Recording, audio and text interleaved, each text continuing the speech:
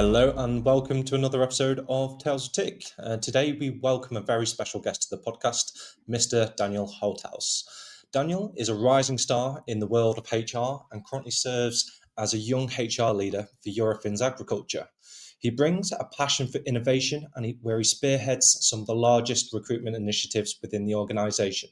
Daniel's background brings a unique edge to his work by incorporating industrial and organisational psychology into his growing practice.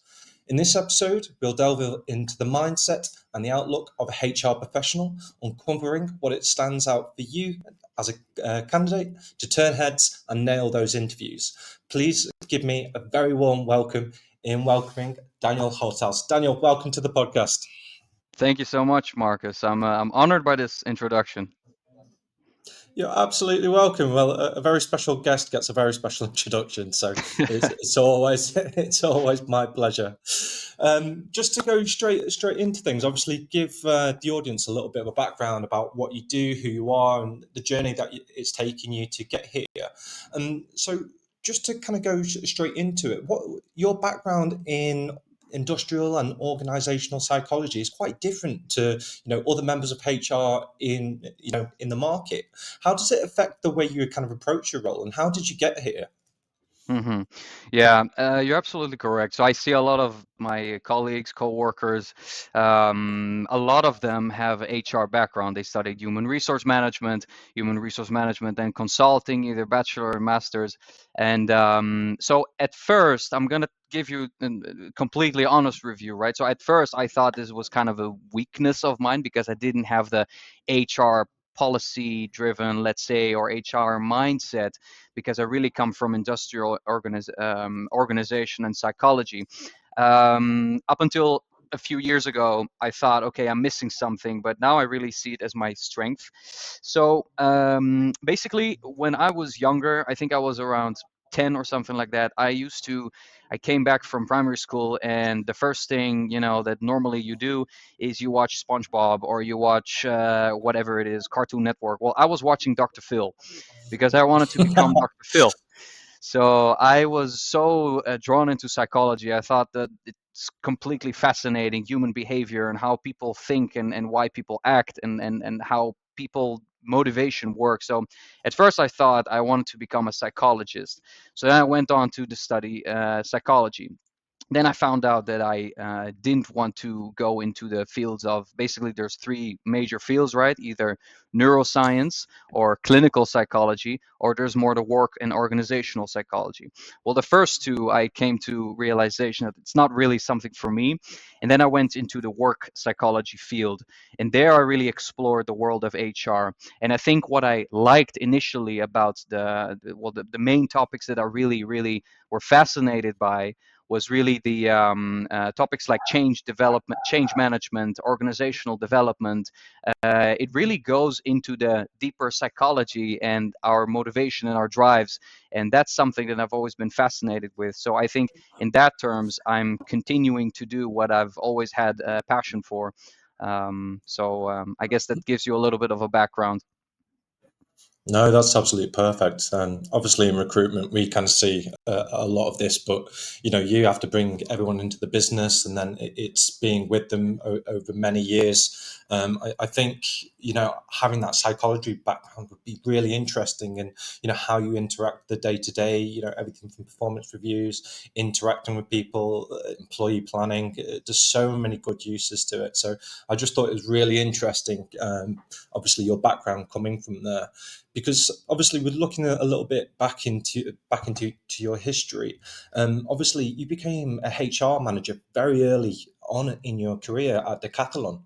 Could you tell us a little bit more about how that opportunity actually came about, how you navigated the transition, and whether HR was, was this definitely the direction you were planning to go through for the rest of your career?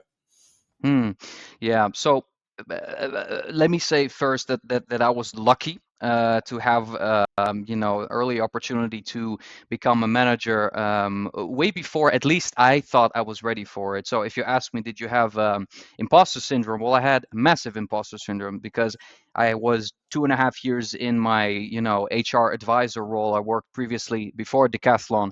So Decathlon is retail. Before retail, I worked into healthcare, and so there I really started to explore the world of HR.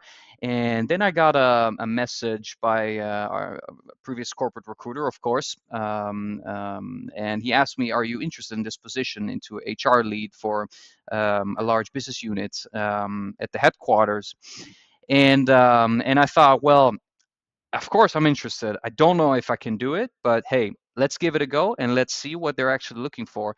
And I think eventually I think that's also kind of the basis I'm fortunate to have, is something that Decathlon as a employer really strongly does, is the development of young leaders and young management. And I think there I really had great mentors to really walk me through the process of becoming a manager and becoming a leader, because it's two different things. What does that mean, and how does that work? And I think depends, regardless of where you work. I think it's great that, try to make sure that you work at a place where you can make mistakes, but you can also try out something, and you can also try out to take more responsibility than maybe you initially think you can handle.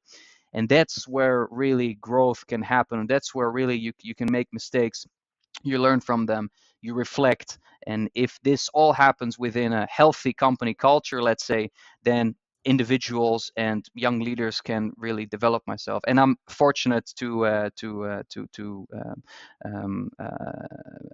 be one of these. Yeah. Absolutely. I think with some of the larger organizations kind of giving those leadership opportunities to people kind of coming through, I think it's very important. We're seeing a lot more companies doing it, and it's really shown from, you know, your beginnings to now working for one of the largest test and inspection certification companies globally at Eurofins.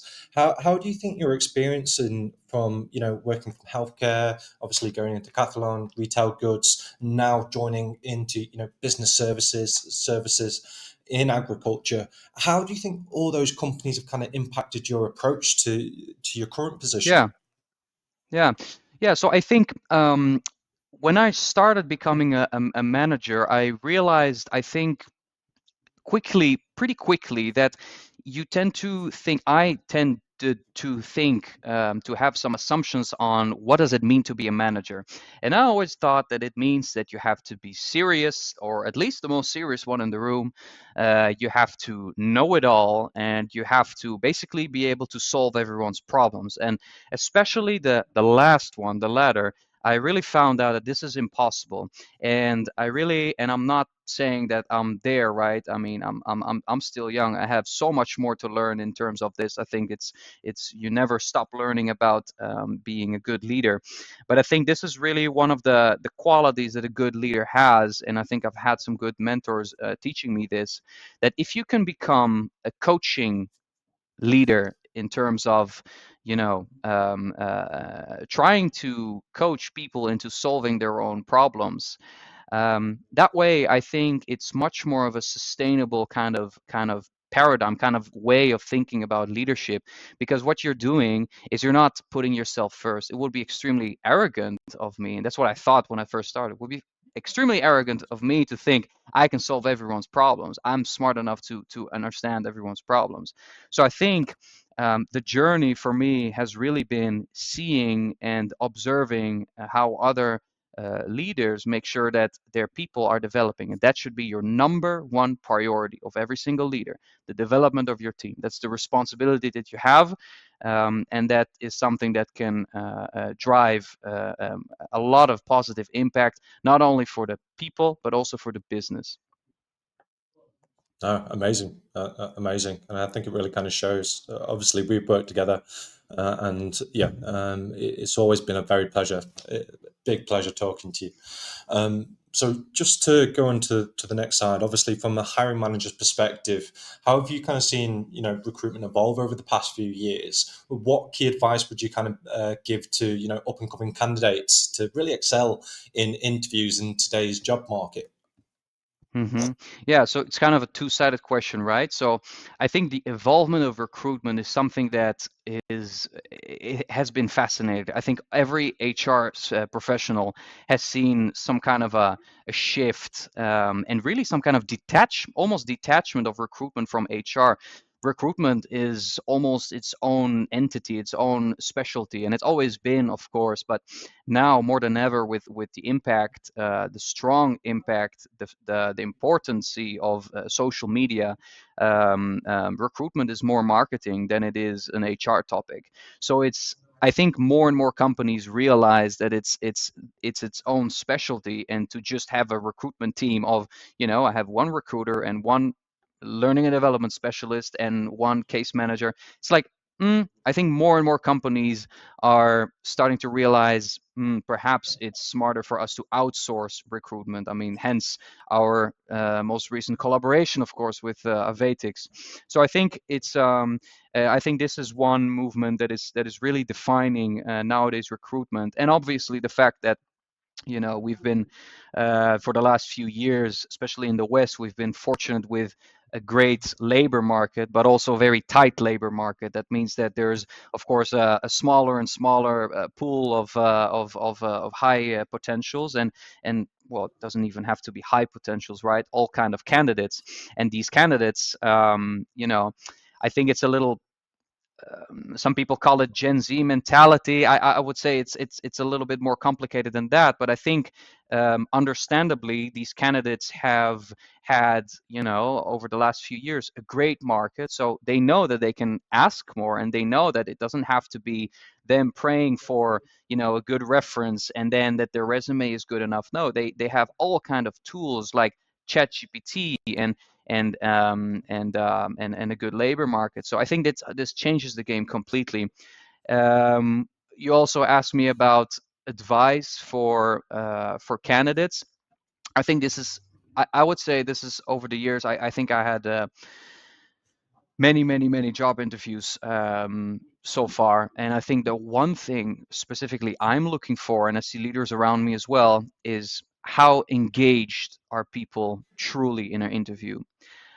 I think the number one mistake, or the number one, let's just say mistake is subjective, right? I would say the number one red flag for me is to see a candidate being so strongly about their opinion. And for example, if you ask, okay, how does the team look like? What are the team challenges?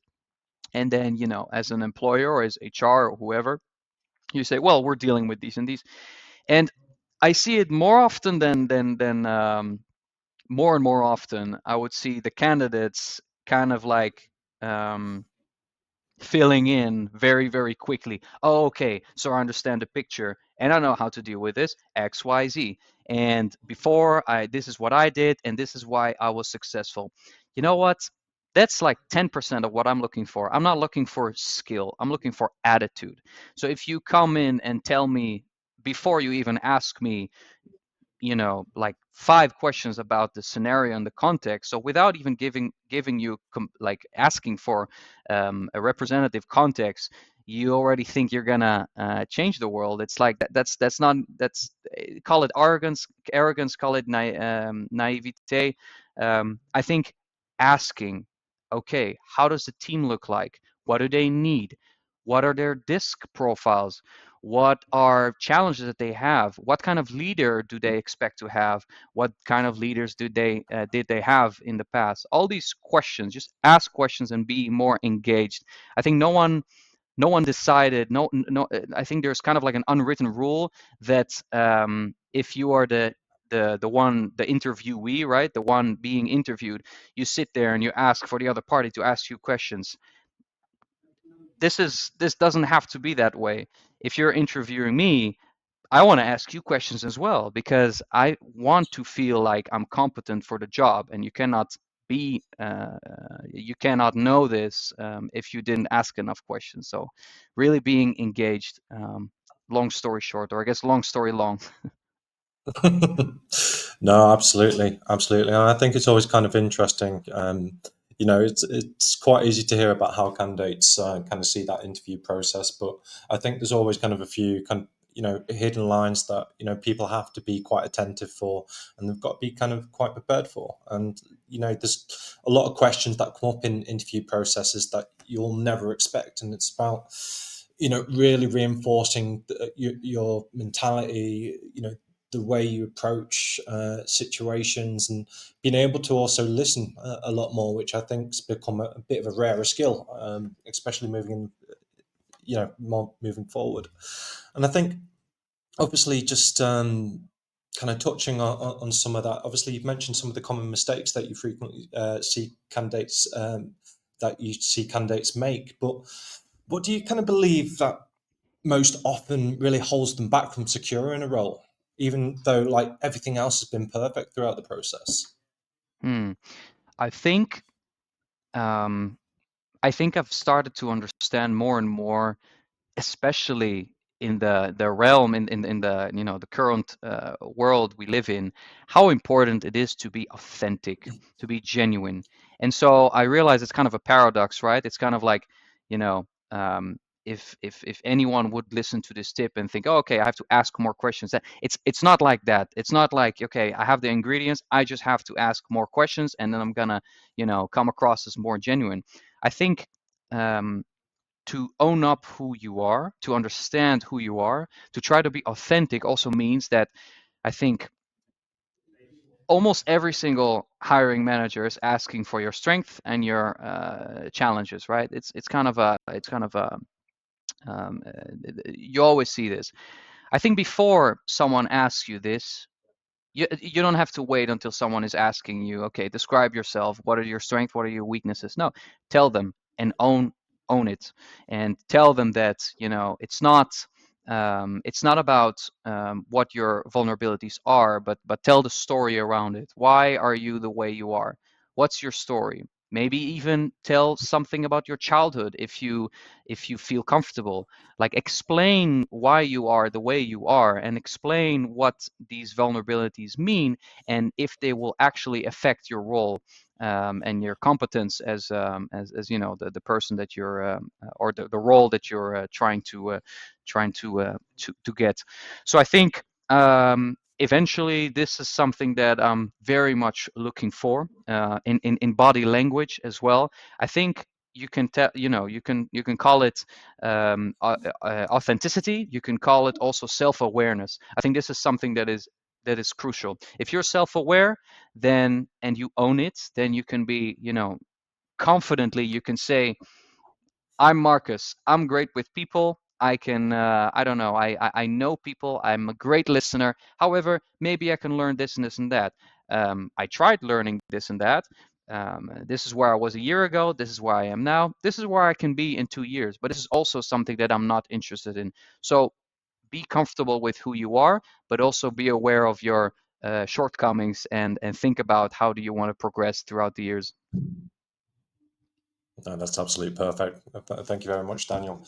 And yeah, just to kind of go into a little bit about Eurofins and your current role.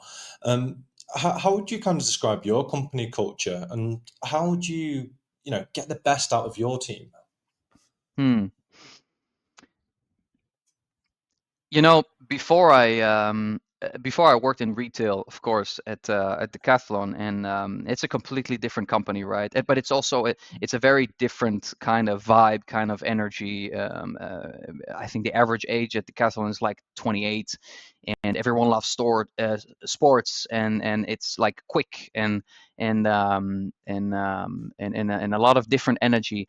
And now I'm specifically working for the TIC business, right? For a laboratory. It's the biggest agro laboratory in Europe, I think even the world. And at a laboratory, there's very different profiles, of course. Very different people work there, let alone in the agro sciences, because I think mostly these are people are very highly conscientious. So they're Yes. very driven. They're very passionate for what they do.